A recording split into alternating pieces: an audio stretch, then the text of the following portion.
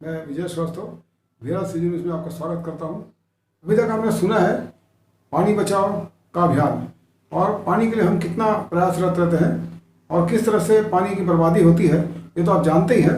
मगर आज press club में एक प्रेस वार्ता हुआ जिसमें मिट्टी बचाओ अभियान चलाने वाले ईशा फाउंडेशन के कार्यकर्ताओं ने प्रेस कॉन्फ्रेंस लिया और ये बताया कि मिट्टी बचाना भी कितना ज़रूरी है।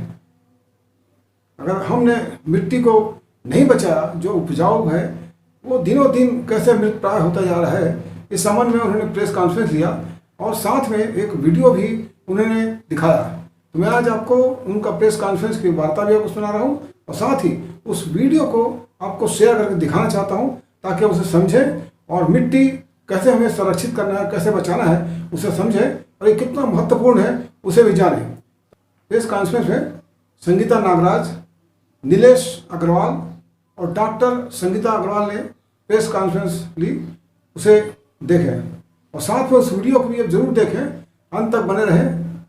कि मिट्टी की हालत खराब होती जा रही है और लगातार मिट्टी की उर्वर क्षमता में कमी हो रही है। इसका खामियाजा हम हर तरह से भुगत रहे हैं। देश के बड़े बड़े वैज्ञानिकों ने, संयुक्त राष्ट्र के UNCCD ने एक और BBC ने भी ऐसा अनुमान लगाया है कि हमारे पास अगले सिर्फ 100 फसलों के लिए मिट्टी बाकी है।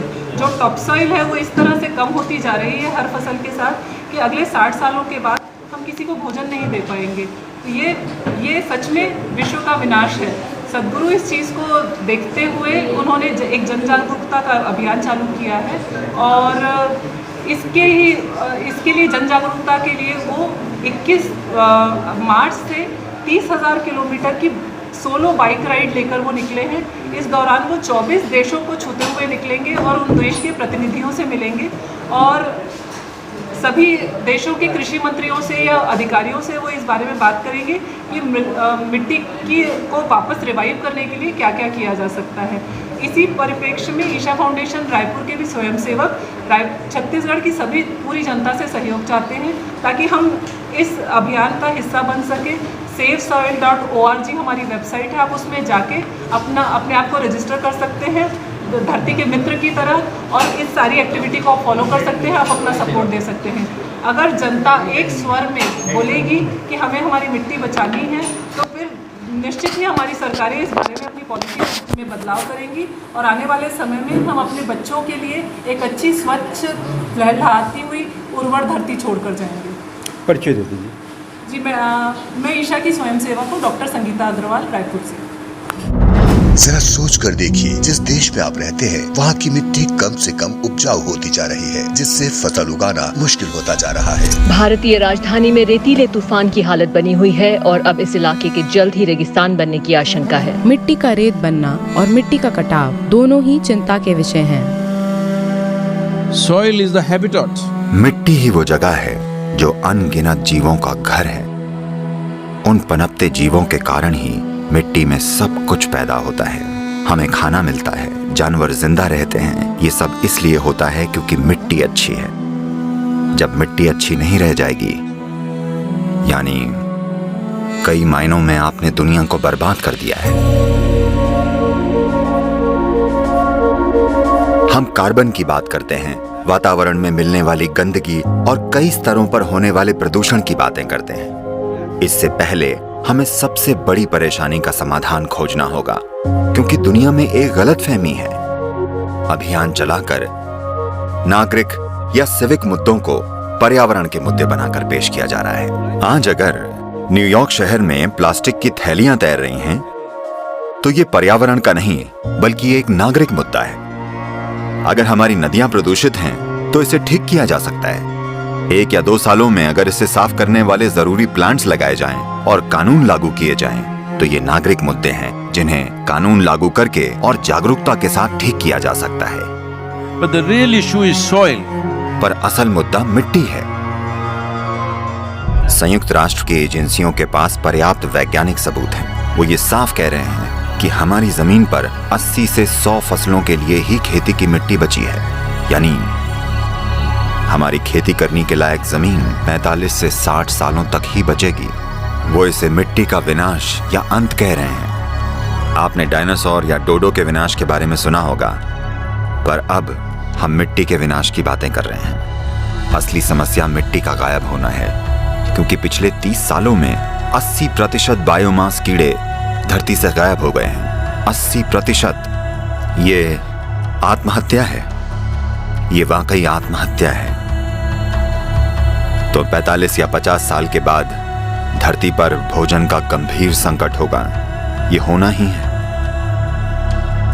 जब भोजन का संकट आएगा तो जिसके पास सबसे बड़ी बंदूकें होंगी वो आकर भोजन ले जाएगा,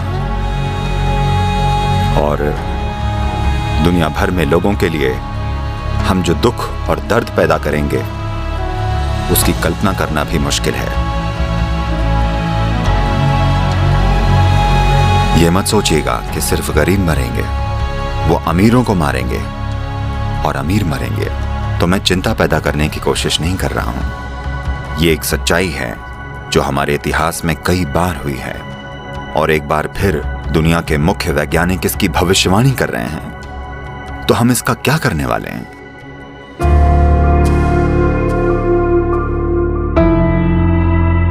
मिट्टी क्यों जा रही है, कहां जा रही है?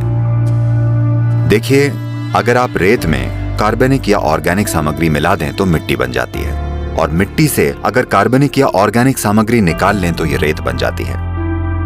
अगर आप वर्षावन में जाएं तो मिट्टी में जैविक सामग्री का स्तर 70% से ज्यादा होगा। आमतौर पर खेती की मिट्टी में जैविक सामग्री कम से कम 3 से 6% होनी चाहिए, तभी हम उसे मिट्टी कह सकते हैं। कम से कम 3%।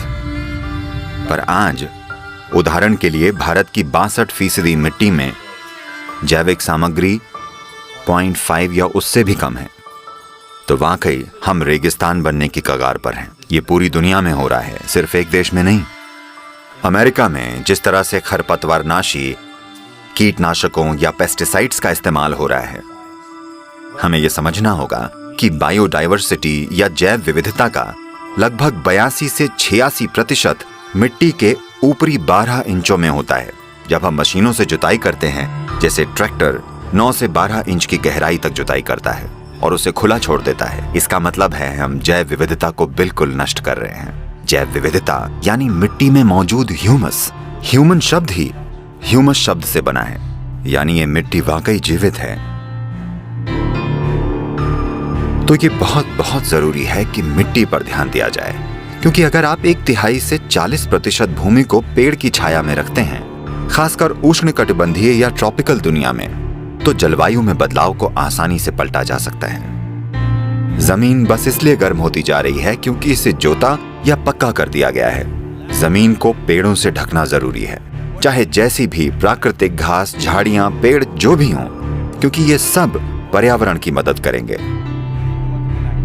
और हमें यह भी समझना चाहिए कि मिट्टी एक बहुत जरूरी कार्बन सिंक है, और मिट्टी ही धरती पर सबसे ज्यादा पानी सोखती है। ये मिट्टी ही है जो सारे जीवों का आधार भी है। धरती के चारों ओर औसतन 36 से 39 इंच ऊपर की मिट्टी धरती के 87% जीवों का आधार है। बायोडाइवर्सिटी को जिंदा रखना अभी यही वो चीज है जो करना सबसे ज्यादा जरूरी है। अगर हमने अभी शुरू नहीं किया तो ये नहीं हो पाएगा। इसके एक हिस्से के रूप में हम ज्यादा से ज्यादा लोगों को एकजुट करने के लिए कॉन्शियस प्लैनेट नाम का एक अभियान चला रहे हैं। अभी तो ऐसा लगता है जैसे जलवायु परिवर्तन, पर्यावरण और ये सब अमीरों और ऊंचे लोगों का खेल है। नहीं, हमें इसे बदलना होगा। हम जिस खतरे का सामना कर रहे हैं उसके लिए व्यक्तिगत तौर पर हर इंसान को जागरूक होना होगा। पर्यावरण के मुद्दों को चुनावी मुद्दा बनना होगा, और राजनीतिक दलों को अपने घोषणा पत्र में पर्यावरण के मुद्दों को महत्व देना होगा।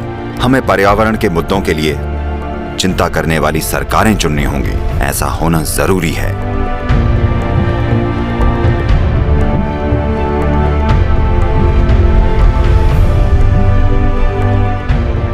तो हम ये देख रहे हैं कि 192 देशों के लिए नीतिगत सिफारिश कैसे लाई जाए। ये रैली 21 मार्च को शुरू होगी, जो लंदन में इक्विनॉक्स यानी दिन और रात के बराबर होने का दिन है, और लंदन से एक अकेली मोटरसाइकिल 30,000 किलोमीटर की सवारी करते हुए 24 देशों से गुजरते हुए कावेरी बेसिन तक पहुंचेगी, जहां हम जमीनी काम कर रहे हैं। ये एक 83,000 वर्ग किलोमीटर बड़ी नदी घाटी है और वहां 52 लाख किसान काम करते हैं। हमारा ये शरीर भी मिट्टी ही है। मिट्टी के समृद्ध और अच्छे हुए बिना ये शरीर और दूसरे जीव अच्छे से नहीं जी सकते। तो बात अगर पर्यावरण की है और जलवायु की है, सबसे जरूरी यह है कि हम कैसे अपनी मिट्टी को मैनेज करें, इसका कायाकल्प कैसे करें। हमें चाहिए कि हम इसे फिर से पहले जैसा बनाने के लिए जागरूकता लाएं। ये जागरूक दृष्टिकोण और जागरूक धरती बनाना सबसे ज्यादा जरूरी है और बहुत बड़े पैमाने पर लोगों को शामिल किए बिना ये एक सच्चाई नहीं बन पाएगा, क्योंकि हम एक लोकतांत्रिक देश हैं। ऐसा सिर्फ तभी होगा जब लोग ये कहेंगे कि यही वो चाहते हैं। तो आइए एक जागरूक धरती बनाएं, आइए इसे कर दिखाएं।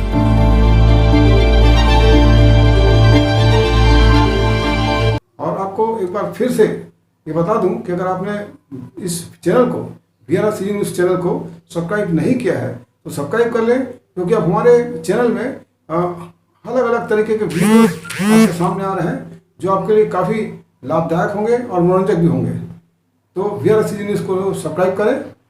धन्यवाद।